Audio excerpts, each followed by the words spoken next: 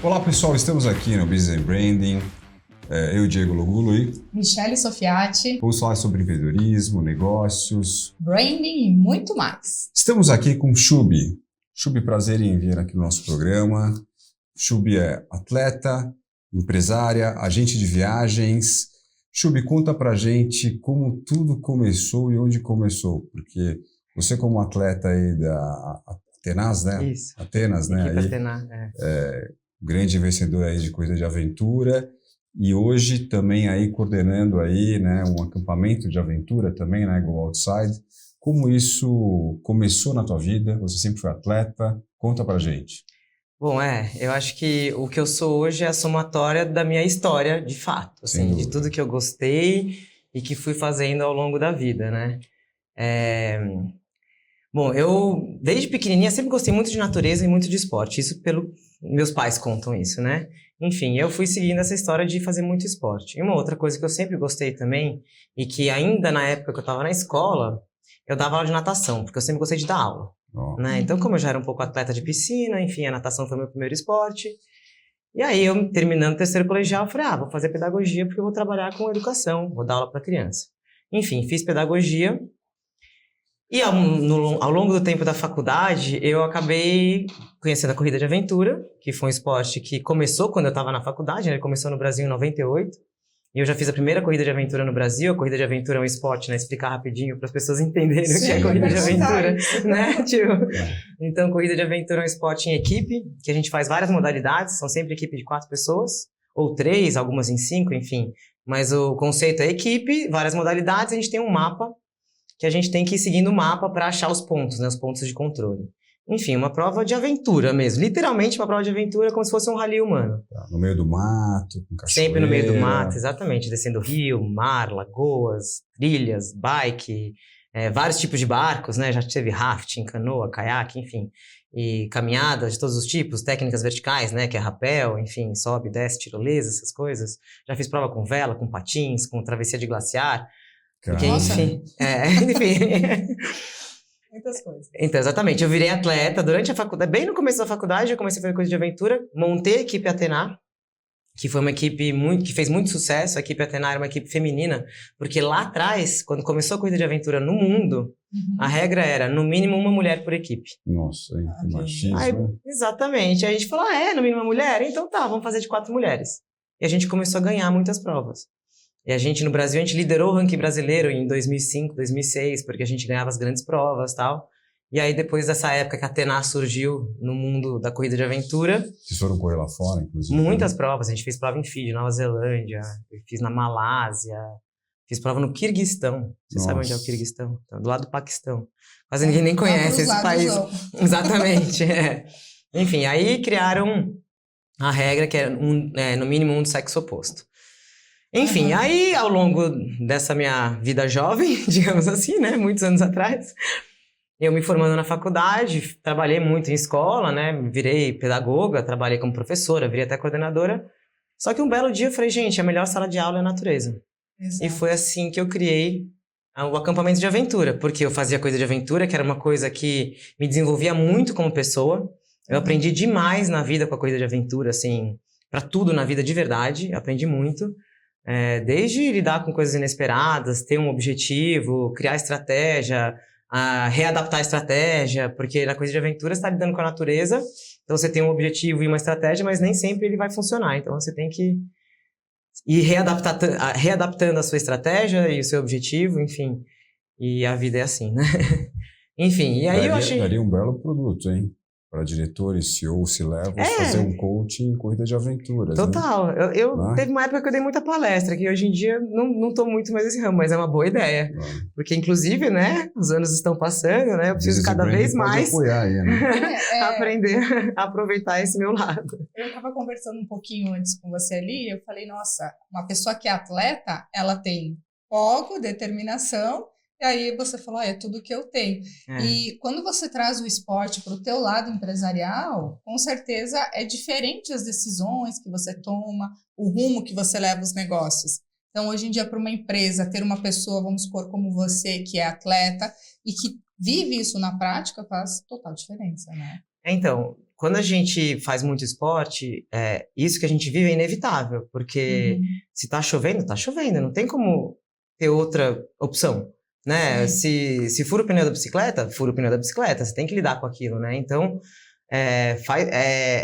a gente tem que lidar com a realidade, então a gente aprende de fato o que tem que fazer, e quando a gente traz isso para a vida, fica mais fácil, né?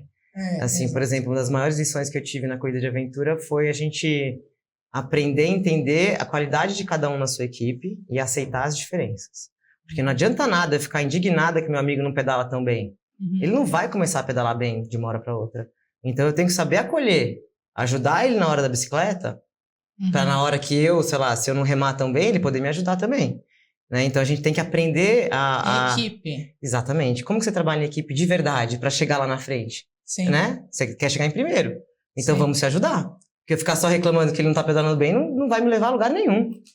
Né? Então, é assim. Faz a diferença, o que você falou. Eu tenho uma colega que ela também anda de bicicleta e tudo mais. Ela tava com um grupo e começou a chover e era aquelas ruas assim de pedras e tal. Aí ela falou, ai meu Deus, chovendo. Eu comecei a rezar, meu Deus, por favor, não me deixe cair dessa bicicleta.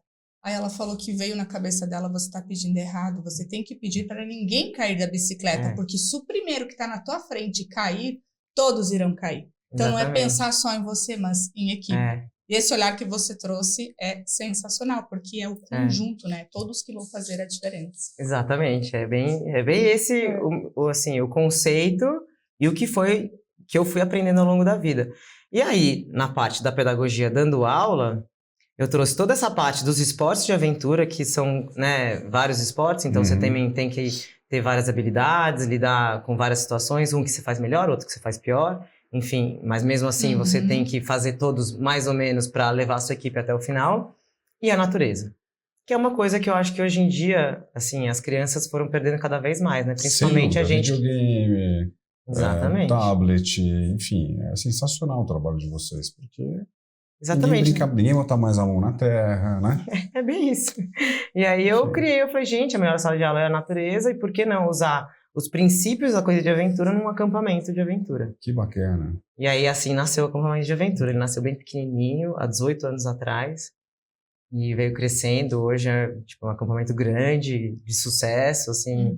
Não é o meu único trabalho, então ele acontece nas férias, a gente faz alguns pais e filhos também, alguns finais de semana no semestre, mas é isso, assim. E os monitores, né, fazendo uma luz, monitores da época que eu tinha acampamento, entregando a idade, eles têm que ser, assim, atletas, eles têm que ter algum perfil diferenciado? Um pouco, assim, até essa eu tenho alguns sócios no acampamento. Sim.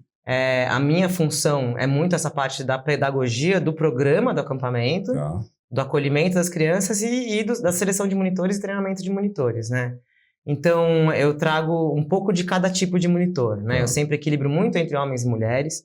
Tem que ter um mínimo de noção de vivência na natureza e um pouco de sabedoria de esportes, né? Tem que ter um pouco de condicionamento físico, porque não é um acampamento de aventura, mas não é só para aventureiros, né? É para todo tipo de criança.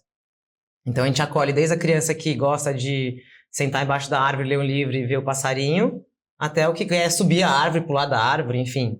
É para todo mundo. Tem aula de artes também, a gente vai pescar, então é um pouco de tudo. É muito sobre estar num mundo sem telas e sem tomadas, né? Nenhuma criança leva celular, nem tem tomada mesmo no ambiente que a gente fica, meio que de propósito. Sim. Né? Então não tem sinal de celular também lá, não tem internet, quer dizer, pra gente tem, né? Óbvio, pra diretoria sim, mas... Sim. E muito sobre isso, sobre pisar na lama, sobre um ajudar o outro a sair da lama, empurrar o caiaque. A gente usa a bicicleta muito, cada criança leva a sua bicicleta. E a bicicleta é uma ferramenta incrível para as crianças lidarem com medo, coragem. É uma coisa que acontece muito em grupo, que é muito legal, né? Então a criança está ali com uma descida cheia de pedra, a gente dá todas as técnicas para ela descer, e ela está com medo, mas ela tem que construir coragem e tem um suporte do entorno. Então é muito sobre isso, é muito sobre também as crianças que, muitas vezes aquela que é super boa na bike é a que tem medo de dormir à noite. Então a que não tem medo de dormir à noite acolhe essa que é super boa na bike à noite, e essa que é boa na bike ajuda o que é tranquilo para dormir. Então é muito legal porque assim, a gente realmente tira as crianças do mundo super protegido delas, onde elas têm que lidar bolha, com a verdade. Essa bolha. Exatamente. Então, acabou sendo assim, eu diria que não é um acampamento que enche tão fácil, porque muitos pais ainda têm medo do nosso estilo. Imagino. Mas é focado só para crianças, no caso. O de férias é para crianças.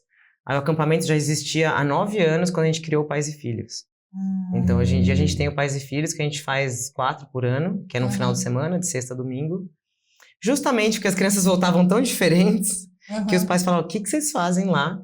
A gente quer ir também. Exatamente, quer ir também. Eu demorei um pouquinho, porque é mais fácil lidar só com criança do que com criança e pai. Sim. Prefiro 1000 vezes estar lá com 70 crianças do que estar com 30 famílias. 70 crianças? Nossa. A gente vai até 90 crianças. Nossa, que loucura. É porque os pais trazem os costumes e querem colocar as ideias e fazer do jeito que eles já fazem em casa. Então, se você for pensar, não faz muito sentido, né?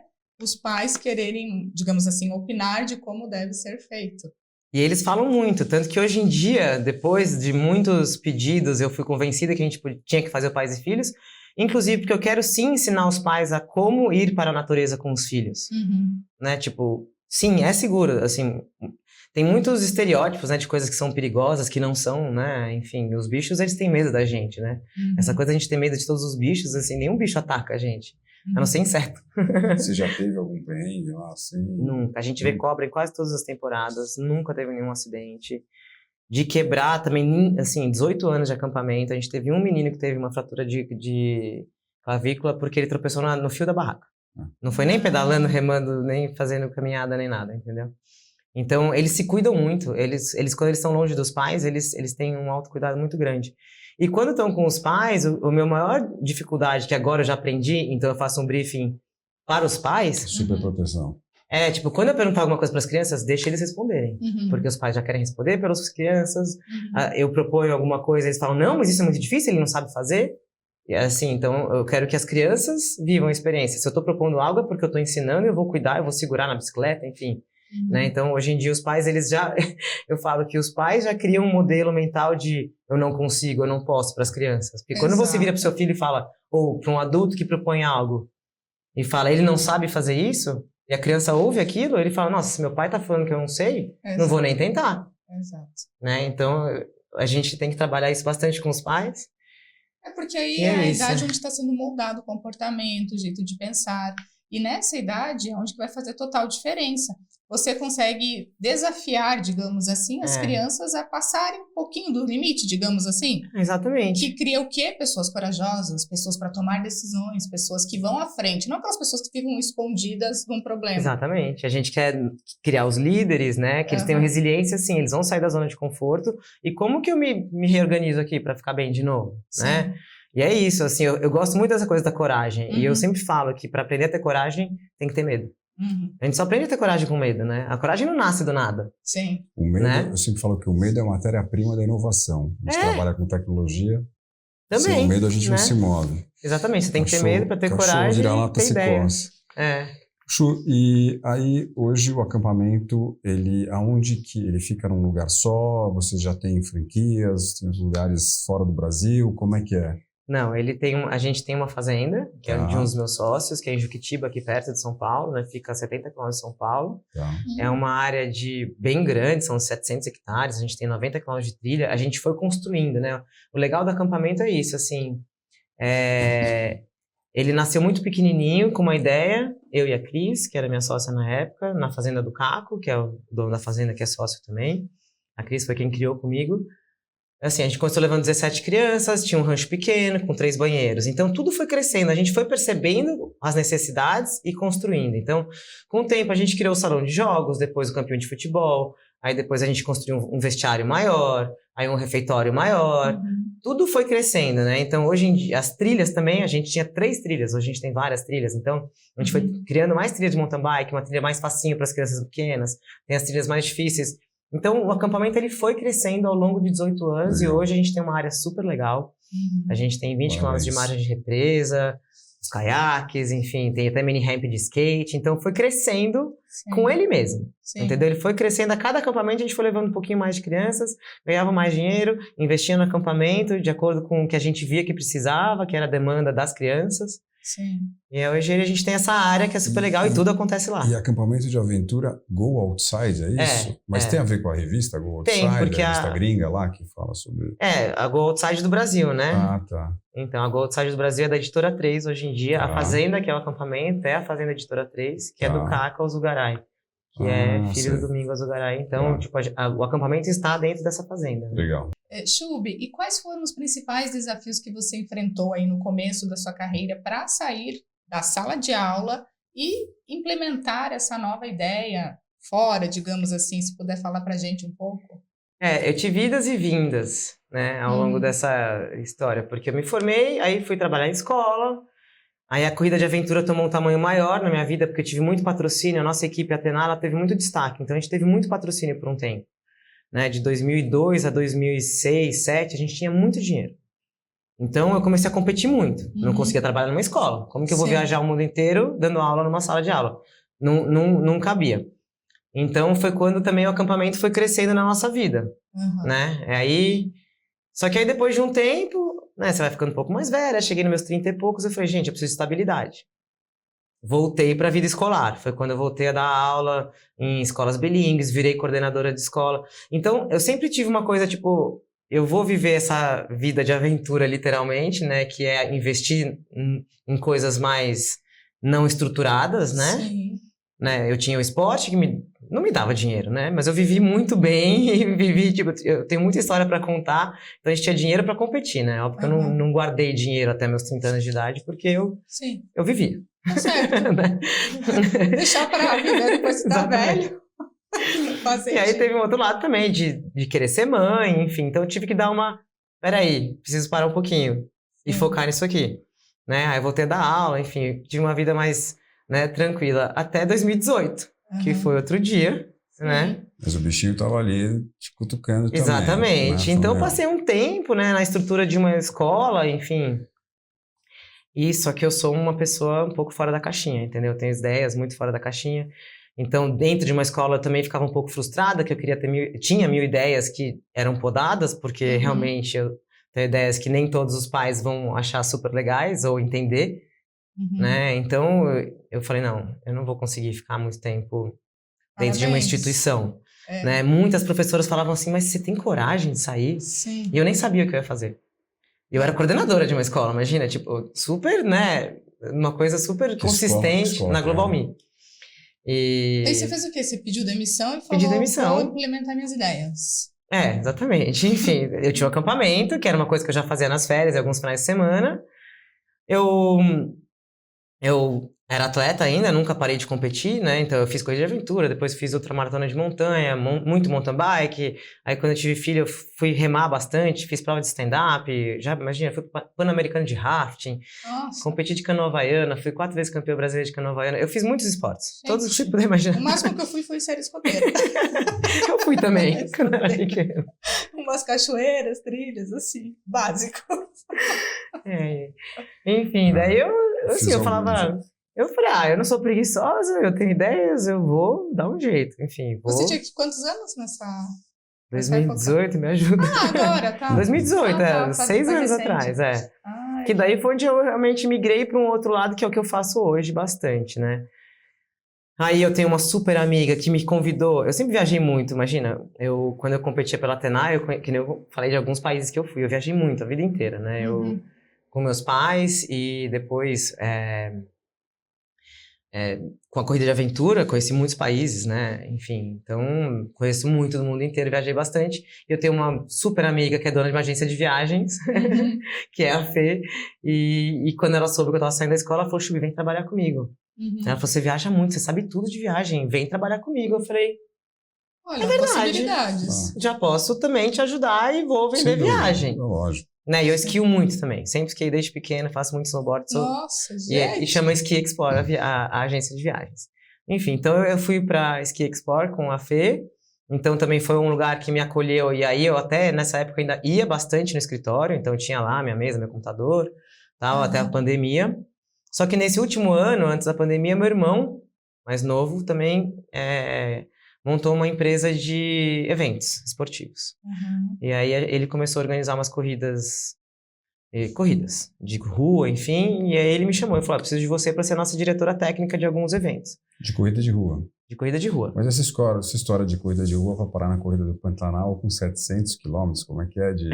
Então. Da rua para o Pantanal. Né? Na verdade, todo o meu histórico era assim, não só de rua. Quando chamaram a gente pela primeira vez, chamaram a gente justamente porque eu tinha esse histórico de correr aventura, né?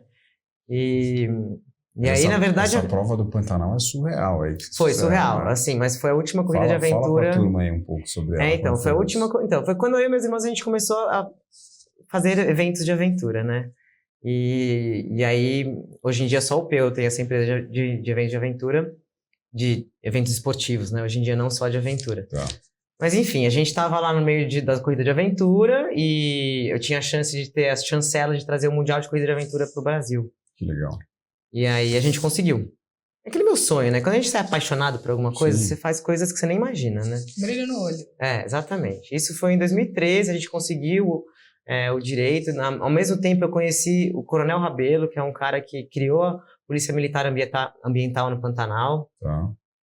Então, eu conheci em São Paulo um projeto... Sabe aquelas coisas do acaso, né? Num almoço que eu fui na casa da Teresa Bracher, que me apresentou o Rabelo, e eu tava pensando aonde fazer o Mundial de Aventura no Brasil, e ele falou, vamos pro Pantanal. Eu falei, dá pra fazer uma corrida? Ele falou, dá. Eu falei, então vamos lá ver. Enfim, passei 2 anos indo pro Pantanal, montei uma corrida de 700 quilômetros num lugar onde não tem nem estrada. 700 quilômetros Não tem nem estrada. A gente teve apoio da Marinha. Que loucura. Na prova, para levar caiaque pra lá e pra cá em navio da Marinha, no Rio Paraguai. Quanto tempo durou essa prova? Quando a prova aconteceu... Quantos dias? As equipes duraram de 7 a 10 dias para completar. Bom, o cara tinha que tomar uma vacina de febre amarela, tinha que lidar com as onças, né? Lidar com as onças, né? Mas foi a coisa mais maluca que eu fiz na minha vida. Eu juro, as pessoas perguntam, se faria de novo? Eu jamais. Uhum. Eu emagreci 5 quilos em uma semana. Nossa, porque eu era diretora de prova. Tem que ir pra lá. Não, é surreal. Não, foi a coisa mais doida. Eu não sei como, hoje quando eu penso, eu não sei como eu tive coragem de fazer aquilo tudo. Você já tinha filhos? Meu filho tinha 3 anos. Nossa. Ele era pequenininho, ele foi pra lá também no final da corrida. Não, mas completamente maluca. Enfim, essa foi a época que eu parei de empreender em eventos esportivos, que eu era sócia deles. Depois eu deixei de ser sócia. Porque eu tenho que ser sincera aqui, enfim, pode falar a verdade? Lógico. Claro, por favor. A gente tomou um calote do governo do Mato Grosso do Sul, assim, gigantesco. Você tá brincando? A gente tinha uma emenda parlamentar de 1 milhão e um patrocínio da prefeitura de Corumbá também. E não apareceu esse dinheiro. Foi para algum outro lugar. E a gente quebrou. E aí eu falei, quer saber? Não vou mais trabalhar com isso, enfim, não quero mais. E isso eu já estava trabalhando em escola de novo. Daí foi quando eu falei, não quero mais trabalhar não quero depender de dinheiro público. Tanto que eu só voltei em 2019 a fazer corridas porque a gente teve Olímpicos entrando e falando, eu quero que vocês organizem o meu circuito. Eu falei, então tá bom. O dinheiro é de vocês? Custa tanto para fazer uma corrida no Jalapão. Primeiro ano a gente fez Jalapão, Pantanal, voltamos para o Pantanal. Mais uma corrida de rua, mais tranquilinha, de 10 e 21 quilômetros. Bem tranquilinha. 700 quilômetros no meio do mato. Bem básica. Enfim, e aí a gente... E a última foi em Alter do Chão, na Amazônia. Enfim, desde então a gente faz o circuito da Olímpicos. Esse é um projeto que eu adoro. Então, peraí. Então, Chub, acampamento de aventura. Chub, empresa de eventos esportivos. Né? Até 2015. Tá. E aí... Na verdade, então, eu voltei pra escola, mas eu tive os eventos no meio do caminho. Tá. Ainda trabalhando em escola. Daí, quando eu tive esse evento que a gente não recebeu o dinheiro público que a gente deveria ter recebido, eu falei, não vou mais fazer isso. Chega. Vou ficar só na escola. Aí fiquei só na escola, aí foi quando eu virei coordenadora, até 2018. Aí foi quando eu falei, também não consigo. Também não consigo ficar num lugar tão certinho, bater dedo, entrar às 7 da manhã, sair às 6 da tarde. Chegou uma hora que eu falei, nossa, não cabe dentro de mim, assim, sabe? E aí foi quando eu saí, e aí fui pra agência de viagens, e aí meu irmão apareceu com a Olímpicos chamando a gente pra montar o circuito deles.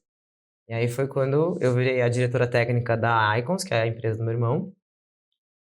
E E aí a gente começou a montar esse circuito que acontece até hoje. A gente ia conhecer o Brasil correndo. Eu já fiz prova nesse tempo todo com a Olímpicos, né? Que chama Bota pra Correr e virou um case no mundo da corrida, né? É um circuito super legal, porque a gente não repete prova nunca. Esse ano foi Itacaré e Morretes, no sul.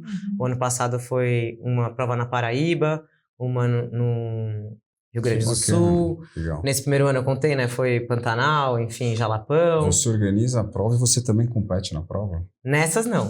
Essas não dá. Porque senão essas eu não faço. Vão ficar em desvantagem. Não, essas eu não faço, mas eu corro todos os percursos antes. Indiana Jones. Não é? Não, eu corro todos os percursos antes. Eu vou lá, então eu que dou ideia dos destinos. Uhum. Então ano que vem vai ser Serra do Cipó, por exemplo, e o segunda vai ser no Cumbuco, no Ceará. Então vai ser Minas e Ceará o ano que vem. Vamos nos inscrever. Entendeu? Então eu dou assim, as ideias de onde fazer. Vamos montar um business brand Superation, levar só C-Level para correr. Já tem até o patrocínio aí. Não, mas você sabe que, enfim, meu pai tem vários projetos comigo, né? Vocês estavam falando no comecinho da gente criar, né, um produto. Com certeza. Tem uma palestra aí que a gente já tá pensando aqui. Então, e uma meu pai prova também pra turma, viu? Então, meu pai, ele fica, tipo, a gente tá construindo uma história. C-Levels Experience Sport então, aí. Pra justamente lidar com, né, com os grandes gestores aí de empresa. Enfim, tem bastante coisa para trabalhar. O brand já bota o cara para correr ali. Exato. Pode ser tudo pequenininho, porque se ele não tiver condicionamento físico, ele já vai viver o que ele tem que viver ali. Exato. Em curtas distâncias. Exato. Né? Chubi, e essa visão holística tua, como você estava falando, você dá uma palestra, porque você tem todo o perfil e potencial para isso, né? Já dei muitas palestras, já fiz uns eventos de team building. E no fundo, assim, depois que veio a pandemia, né, tudo deu uma mexida na nossa vida, né? Sim. Então, pós-pandemia, eu nunca mais voltei para a agência. Quer dizer, eu trabalho na agência ainda, mas eu nunca mais fui sentar na mesa da agência. Então, eu realmente vendo um monte de viagens de casa. Né? O acampamento ganhou forças também, porque acho que as pessoas começaram a entender que a condição física, a natureza é importante, né? Porque pós-pandemia todo mundo começou a valorizar muito mais a saúde. Né? Então, teve isso. E aí, então, assim... Essa parte de palestra foi uma coisa que eu parei, eu dava muita palestra até antes da pandemia, depois não mais. Muitas pessoas me procuravam via Instagram, então empresas, tipo, já dei para empresas de tecnologia, todo tipo de...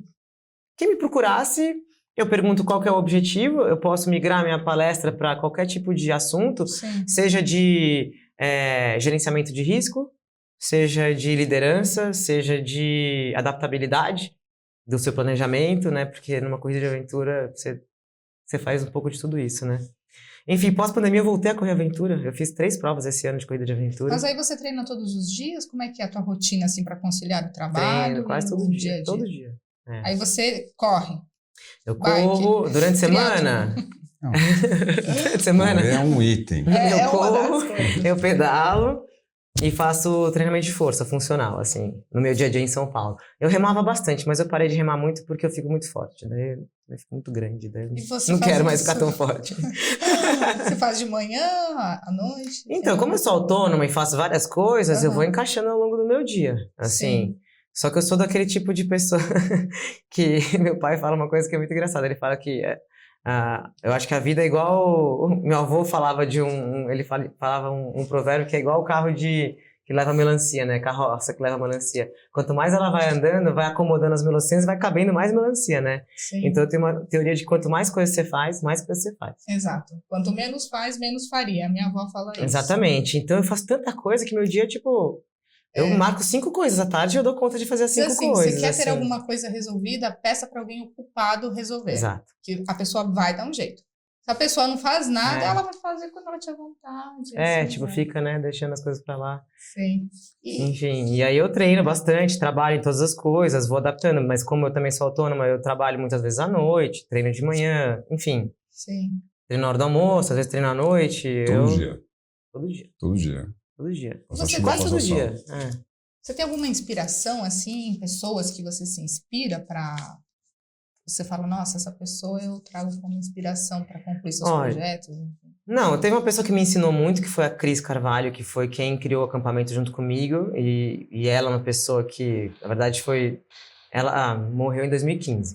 Ela de que, câncer. desculpa, morreu de câncer, ela que foi Isso. da Nike, ela que também Exato. com a Guarita, Exatamente. Ela é minha prima. Exatamente, a Cris. A Cris, ela foi uma grande atleta.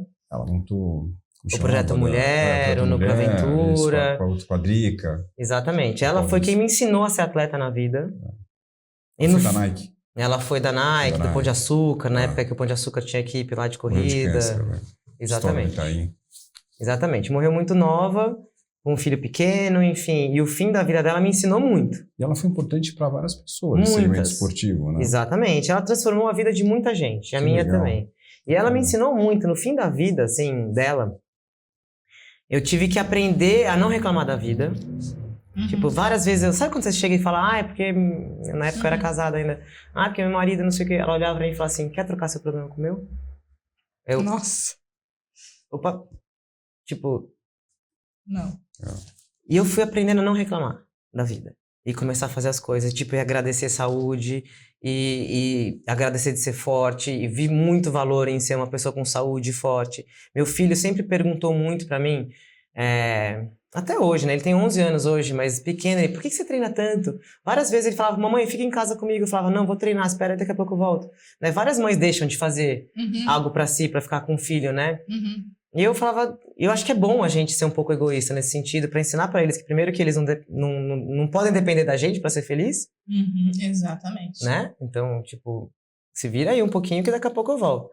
E ele sempre falou, por que você treina tanto? Eu falei, porque eu gosto de me sentir forte, eu gosto de ser saudável, eu gosto de ter autonomia, eu gosto de carregar ele do sofá pra lá, eu gosto de subir uma escada sem ficar cansada, de ter uma vida fácil. Eu acho que quanto mais condicionamento físico você tem, sem dúvida. Escolha o seu difícil, né? Exato. É difícil você não treinar e depois reclamar que você tá obeso, ruim de saúde, é difícil você treinar. Então, você tem que escolher quais papéis você deseja assumir. Vejo que você faz muito bem. Parabéns. A gente teve que... Algumas lições, né? Tive que perder uma minha melhor amiga. Sim. Que me ensinou muito. E inclusive, aprendi, tipo, a não... Ela falou tanto assim, eu não quero que vocês fiquem tristes quando eu for embora. Só lembra de tudo que eu fiz. E falem muito de mim.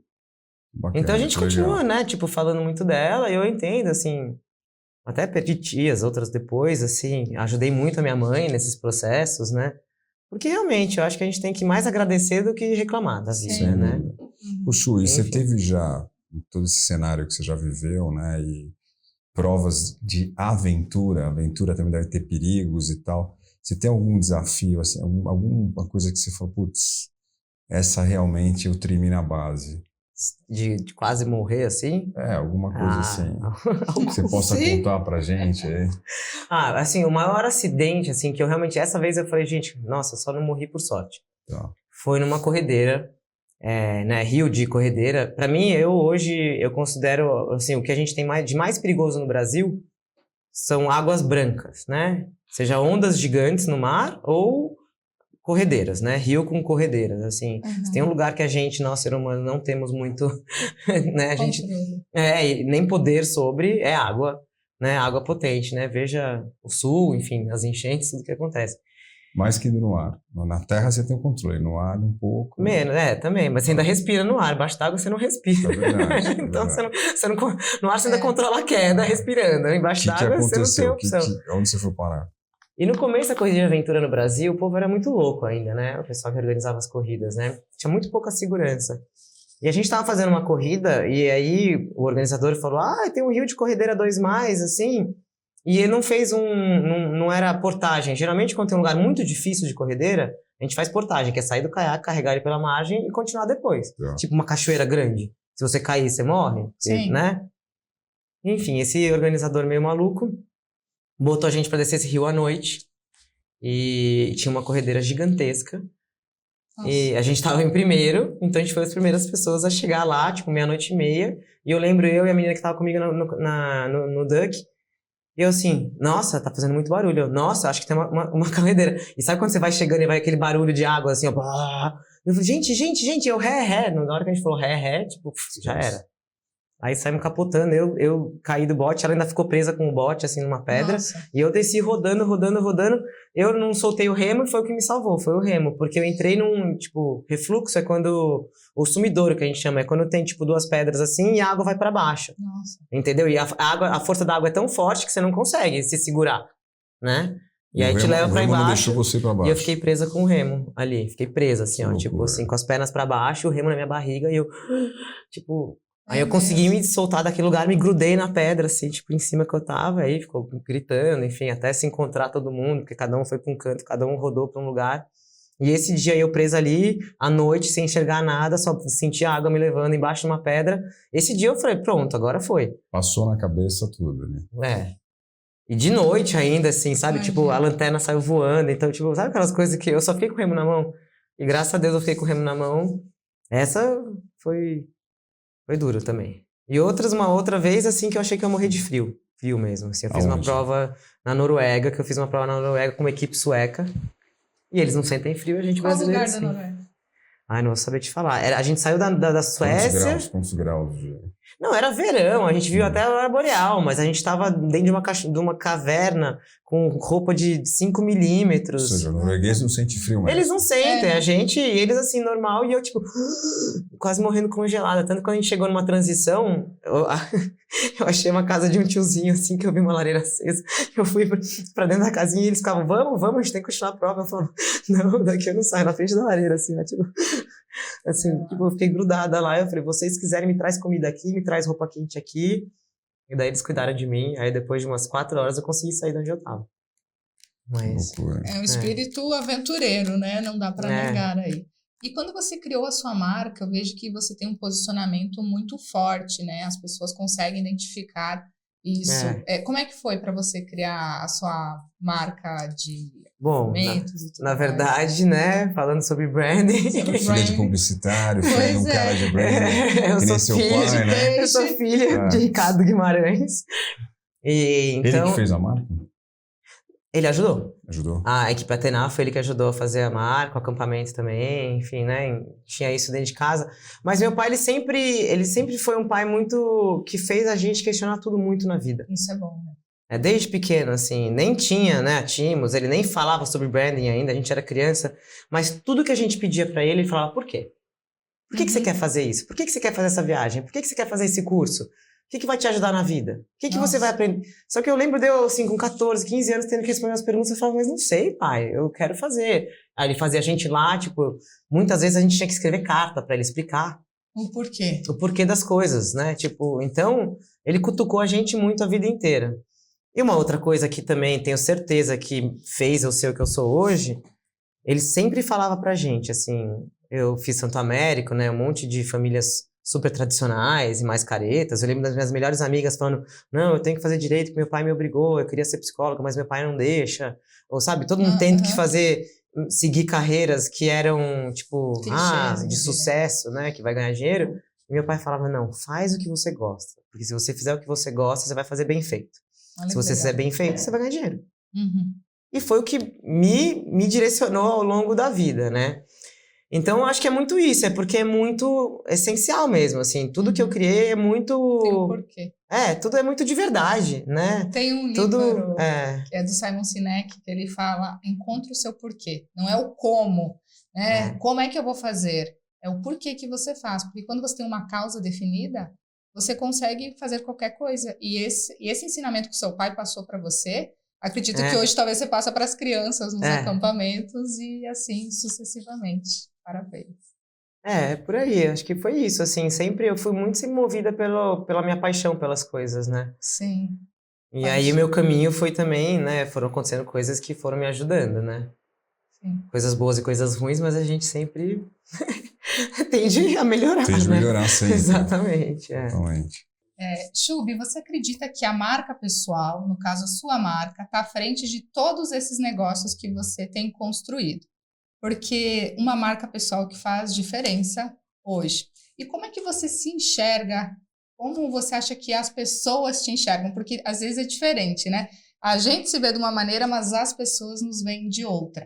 E tenho certeza que você já entendeu que é uma marca pessoal. Você pode dividir com a gente, por favor? Sim, eu demorei para entender que Chubi Guimarães era uma marca, mas hoje eu tenho certeza que é. Você é a sua própria marca. Exatamente, eu sou minha marca, né?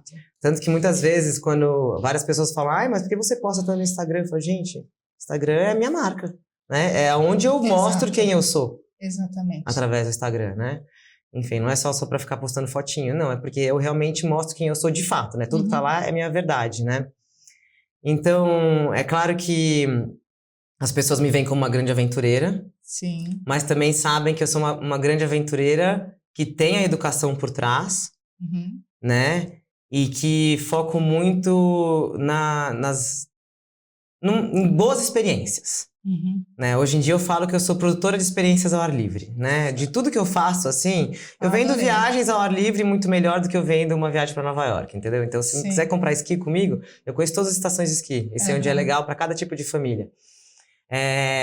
Acampamento, produção de experiências ao ar livre, né? Corridas.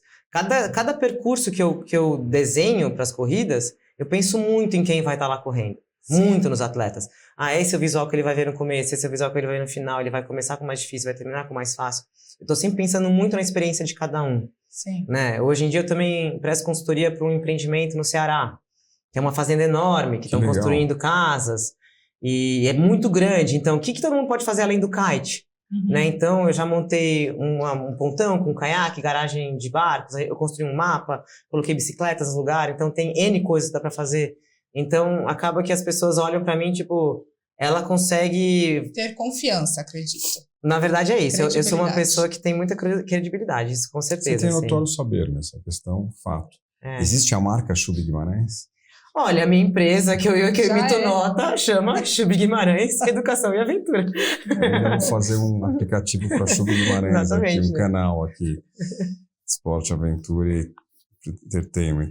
Chubi, e a gente tem uma pergunta aqui meio, né, aquela pergunta meio Maria Gabriela, assim, sobre o legado, né? O legado que a gente fala não um legado de pós-morte, né? Mas né, daqui a alguns anos e tal, o que você gostaria de deixar aí, né? Você pode falar olhando para aquela câmera ali, inclusive.